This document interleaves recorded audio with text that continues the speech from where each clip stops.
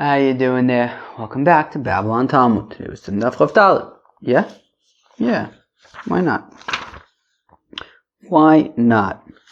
Daf Chav Dalet, Masechet Nazir. Friends, we got some sunflower people outside playing music really, really loud. Alright, so so we're gonna do some stuff about if somebody sets aside korbanos for Naziris, and then if you have a woman who sets aside korbanos for Naziris, and then her husband's made for the neder, so then what happens to the korbanos? Interesting sugya. So we're going to sign Daf Chav Dalet Masechet Nazir. Says the Mishnah on the second line of the page, Isha shenodra b'Nazir. The music's very loud. So if a woman says she's going to be a Nazir, v'frisha es be'emta, and she sets aside her animals already, right? She says that she's going to be, so she, says she's going to be a Nazir. She's a Nazir. And of course, in 30 days, she's going to have to bring korbanos. So she already sets aside the korbanos. So again, Isha shenodra b'Nazir, v'frisha es be'emta. She already set aside her korbanos. Now, of course, the korbanos of a Nazir is an ola, an ashlam, and a shlamim, and a chatos. But then her husband was made for the neder, so now memele she's not going to have to bring these korbanos anymore. If the animals were his, well then teitzav iser be'eder. So when he is made for the neder naziris, so the animals revert, and they can go back and hang out with their animal friends. If the animal belonged to her, so then achatos tomus. So the chatos, I think you just basically starve it to death. Ve'ola tikra of ola. The ola you'll offer as a voluntary ola offering. Shlomim, I believe it voluntary. It has to be a voluntary ola offering. Shlomim tik of shlomim. The shlomim should be offered as a shlomim. Now, whereas normally a shlomim is eaten for 2 days, in this case you would only eat it for 1 day, like the shlomim of a nazir. But whereas the shlomim of a nazir you would offer bread with it, in this case she would not offer bread since she is not a nazir. Okay, so she had set aside an ola, a chatos, and a shlomim. The chatos needs to die. The ola you offer as an ola. The shlamim you offer as a shlamim that is edible for 1 day. And you do not offer bread with it. Hayula maos. If she had set aside money to purchase korbanis, sisumin yipulun nadava. So if she had just had a lump sum that weren't specified, this is going to be for my chatas, this is going to be for my ola, this is going to be for my shlamim. She didn't do that. She just had one lump sum. So yipulun nadava. So that money should go towards purchasing for the funds that purchase offer the kayetz hamizbech, right? When there's no offerings on the mizbech, so they would offer these. They would have funds that they would use to purchase animals for the to make sure that there was always an offering on the mizbech. So that money that she had set aside for Naziris would go towards this nedava, would go towards this kayetz hamizbech. Most miforashin, if she had money that was already specified, this money is going to be for the chatas, this is going to be for the ola, this is going to be for the shlom. So in that case, well, the chatas money is useless. You go to the Dead Sea and you throw it in. And you can't get benefit from the money. If you do get benefit from the money, so then there would not there would be no din me'ila by the money of the chatas. The money set aside for the ola, yaviu ola umayalin boin. So the money set aside for the ola, she would purchase a korban ola, and there is din me'ila by this money. The me shlamim, and money for the shlamim, yaviu shlamim, she would purchase a shlamim. And just like the other shlamim from earlier, there's only 1 day to eat it, and there's you don't offer bread with it. We didn't mention that there's me'ila by this money by the shlamim, because me'ila would by the money would only be by kodshe kodshim, not by kodshim kalim, and the shlamim is a kodshim kalim. Kodshe kodshim would be things like ola, chatas, things that have to be eaten in the Beis Hamikdash. Shlamim would be a kodshim kalim. well, all of it isn't eaten at all, but right, it remains in the Beis Hamikdash. Whereas Kodshim Kalim is like a shlam, a toda, things that could be eaten, I guess a Korban Pesach, things that could be eaten anywhere in Jerusalem. Okay, fine. So there's no mi'ila by the money of a Kodshim Kalim. I believe that's correct. Certainly not shlamim. Says the Gemara, Mantana debal lo mishtai bilad. Oh, this is a little bit, not a little bit tricky. I think it's a little bit trickier later. Mantana debal lo mishtai bilad. So who's the Tana who says that the husband doesn't have a shibud to her? What does that mean? Well, if the husband has the responsibility to pay for his wife's korbanos, well then he has a achrayis there. He's responsible to pay for korbanos. He has to provide these korbanos for her, and they belong to her. But if we say that he does not have this obligation, well then he's basically giving her money for these korbanos, and he's giving it. If he doesn't have an obligation, then he's sort of like donating, or sponsoring her korbanos, in which case he would own them. And therefore, we're saying Mantana debal lo mishtai bidla. So who is that Tana? Which Tana says that the husband does not have an obligation to his wife, and therefore it would be like he's sponsoring her korbanos, and therefore they belong to him, and therefore we say that if the animals belong to him, so then they go back to the flock and they can go and graze with the rest of their friends. So who's the Tana who says that he is not obligated to fund her korbanos, and therefore he is sponsoring the korbanos, and therefore they belong to him, and therefore if he is made for her neder, the animals just go back to being with their friends, with their animal friends. So Matana debal lo mishtai bidla. So who's the Tana who says that the husband does not have an obligation towards his wife to pay for her korbanos, to provide her korbanos? Rav Chisda says it's take the rabbis. Rav Chisda says it's take the opinion of the rabbis. Because if you would enter your mind that it's the opinion of Rabbi Yehuda, why, if he's made for the neder, would the animals be able to go back and hang out with their animal friends?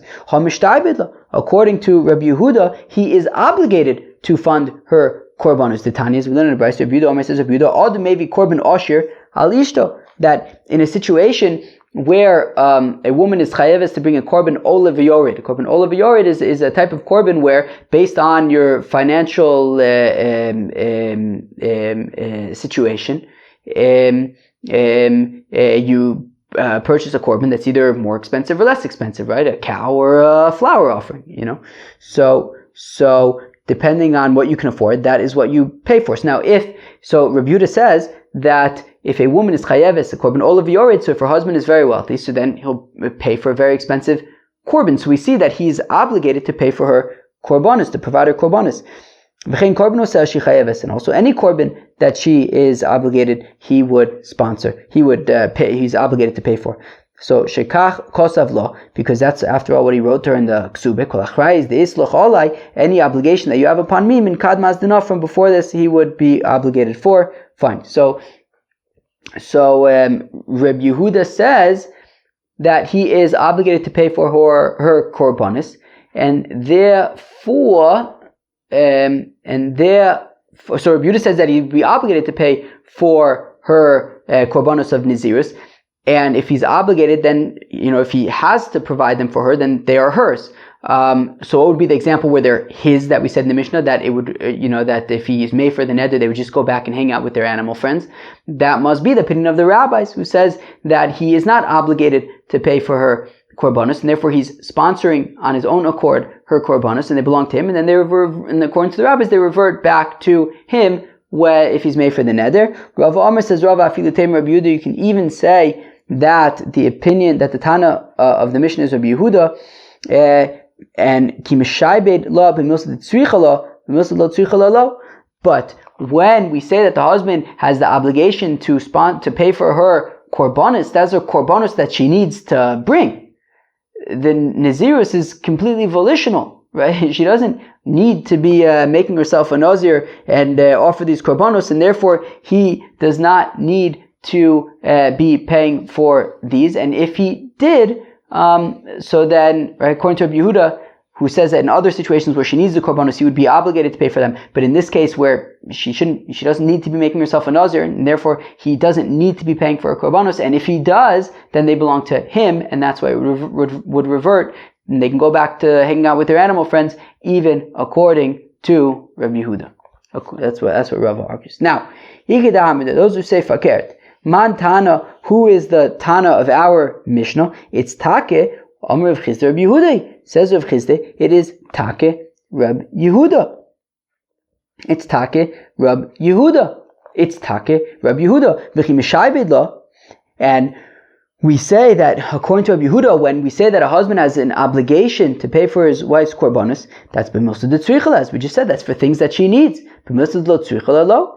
But things that she doesn't need, he's not obligated to pay for, such as the korbanos for being a Nazir. She doesn't need to make herself a Nazir. She doesn't need to bring these korbanos. And therefore, if she wouldn't make herself a Nazir, then she wouldn't bring the korbanos. Therefore, if he sponsors them, it's out of his own desire, volition, and therefore, they belong to him. And so you could say that the Mishnah is Reb Yehuda. The Irabbanon, because if, after all, it's the rabbis, lo mishabed lo klal. According to the rabbis, he has no obligation to her at all, in which case, if he has no obligation to her at all, then what would be the situation where they belong to her? So, ela echidami dim mishaybed la, kigon da akanye la, that the only way to explain how, according to the rabbis, the animals would belong to her, right? Because according to the rabbis, he has no obligation towards her to pay for a korbanos. So then how can you explain that the korbanos belong to her? Right? Because we said if the korbanos belong to her, so then the ola and the shlum she offers, the chatas needs to die. So the akanyele, it must be that he was makne them to her, that she now owns them. And once he gives them to her, they are hers. And therefore, if the only way that this can work is that he was makne them to her, well then how could the animals ever belong to him if he was makne them to her? So then, Rav Omar says, Rav Afilutemer Rabban, you can even say that the Mishnah is the rabbis, Ki makne lo nami, that when he's makne them to her, b'milsud lo tzricha, we could say that he's only makne for things that she needs, but b'milsud lo tzricha lo makne lo, but he doesn't makne them to her with regard to things that she doesn't need, such as Nazir. So that's how you can say that they could belong to him, and then, so in that case, they would belong to him, and they would revert to going back to hanging out with their animal friends if he's made for the nether. So the Mishnah had said that if the animals belong to her, so then if the chatas has to die, the ola you offer, the shlamim you also offer. He minala, how could she own these animals? We said that whatever the wife is kone belongs to the husband. So Amar Papa says, well,